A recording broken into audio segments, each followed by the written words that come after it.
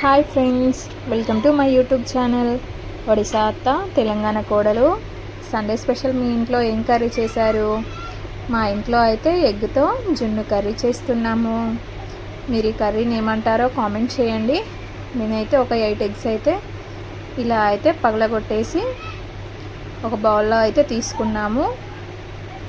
దాంట్లో అయితే 1 స్పూన్ వరకు అయితే సాల్ట్ అయితే వేసేసుకున్నాము.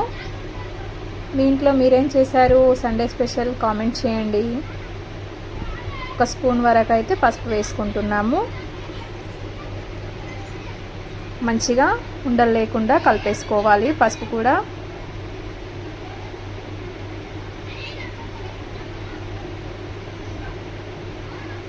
ఇదంతా కలిపేసుకున్న తర్వాత ఒక కవర్ తీసుకోవాలి. కవర్ తీసేసుకొని మనం కలిపేసుకున్నదంతా కూడా ఆ కవర్లో మంచిగా వేసేసుకోవాలి.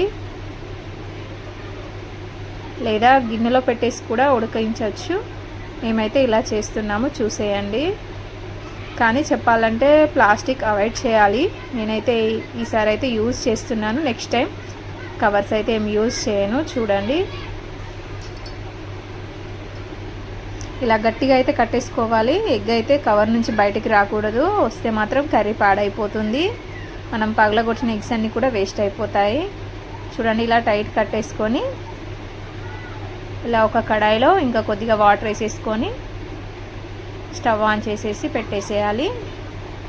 అది ఉడకడానికి 10 to 15 మినిట్స్ పడుతుంది.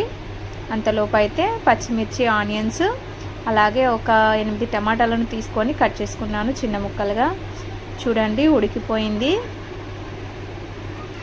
తీసి చూసేద్దాం.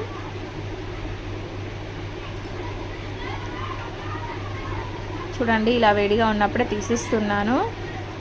మీకు ఇది చూస్తే ఏమనిపిస్తుంది? పన్నీర్ ఏదైనా గుర్తొస్తుందా? నాకైతే అలాగే అనిపించింది చూస్తూ ఉంటే. కట్ చేసేటప్పుడు కూడా మీరు దీన్ని ఎగ్ పన్నీర్ కర్రీ అంటారా లేదా జున్ను కర్రీ అంటారో కామెంట్ చేయండి.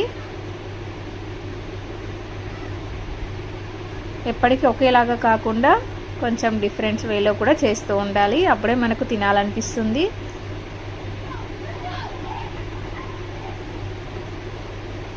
ఇలా అయితే చిన్న ముక్కలుగా అయితే కట్ చేసుకోవాలి.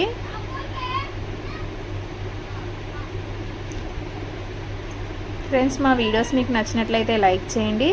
అలాగే మా ఛానల్ని సబ్స్క్రైబ్ చేయండి. అందరికీ షేర్ చేయండి. మీకు ఇంకా వెరైటీ రెసిపీస్ ఏమైనా కావాలంటే కామెంట్ చేయండి. చూడండి, మొత్తం అయితే ఇలా చిన్న పీస్ లాగా అయితే కట్ చేసేసాము. ఒకటి అలా వేసి చూసాము ఆయిల్ వేగిందా లేదా అని చెప్పేసి. చూడండి, ఇలా కొన్ని అయితే వేసుకొని మంచిగా ఆయిల్లో డీప్ ఫ్రై చేసేసుకోవాలి. మీ ఇష్టం, అది ఆయిల్లో డీప్ ఫ్రై చేసుకోవచ్చు, లేదంటే డైరెక్ట్ టమాటా కర్రీ చేసేసి దాంట్లో కూడా వేసుకోవచ్చు. చూడండి, ఇలా డీప్ ఫ్రై చేసేసి ఒక ప్లేట్లోకి అయితే తీసేసుకుంటున్నాము. మనం కట్ చేసిన దానికంటే డీప్ ఫ్రై చేసిన తర్వాత ఇంకొంచెం సైజ్ పెద్దగా అయిపోతాయి అవి ఎగ్ పీసెస్. చూడడానికి చాలా కలర్ఫుల్గా ఉంది కదా. చూడండి, మళ్ళీ ఒక కడాయి పెట్టుకొని కడాయిలో మనం ఇందాక డీప్ ఫ్రై చేసాం కదా, అదే ఆయిల్ కొద్దిగా ఉంచేసుకొని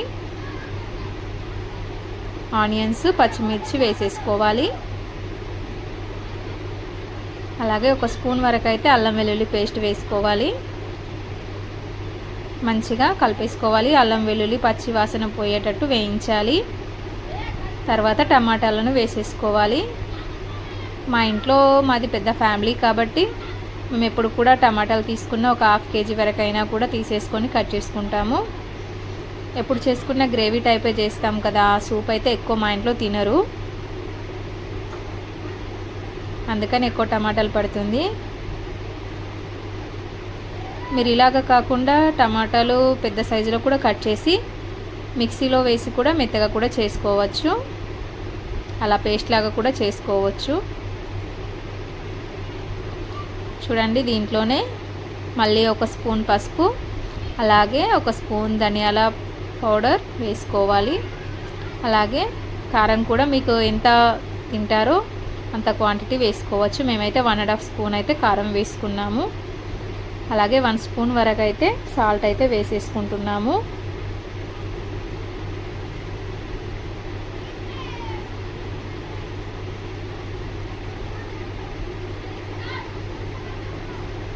అలాగే గరం మసాలా కూడా వేసుకోవాలి.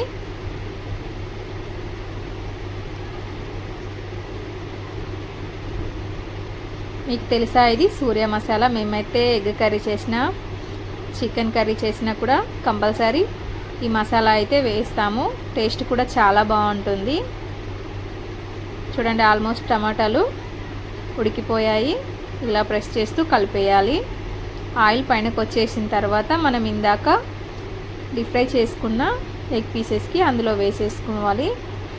వేసుకొని మంచిగా కలిపేసేయాలి, రెండు కూడా మిక్స్ అయ్యేటట్టు. చూడండి, కలిపేసి మంట సిమ్లో పెట్టేస్తే కొంచెం వాటర్ అనేది బయటకు వచ్చినట్టు అలా గ్రేవీగా తయారవుతుంది. చివరిలో కొత్తిమీర వేసుకుంటే ఎగ్ జున్ను కర్రీ రెడీ. మీరేమంటారో కామెంట్ చేయండి. టేస్ట్ కూడా చాలా బాగుంది. మీరు కూడా మీ ఇంట్లో ఒకసారి ట్రై చేసి చూడండి. ఎప్పటికీ ఒకే విధంగా కాకుండా న్యూగా కూడా ఒకసారి ట్రై చేసి చూడండి.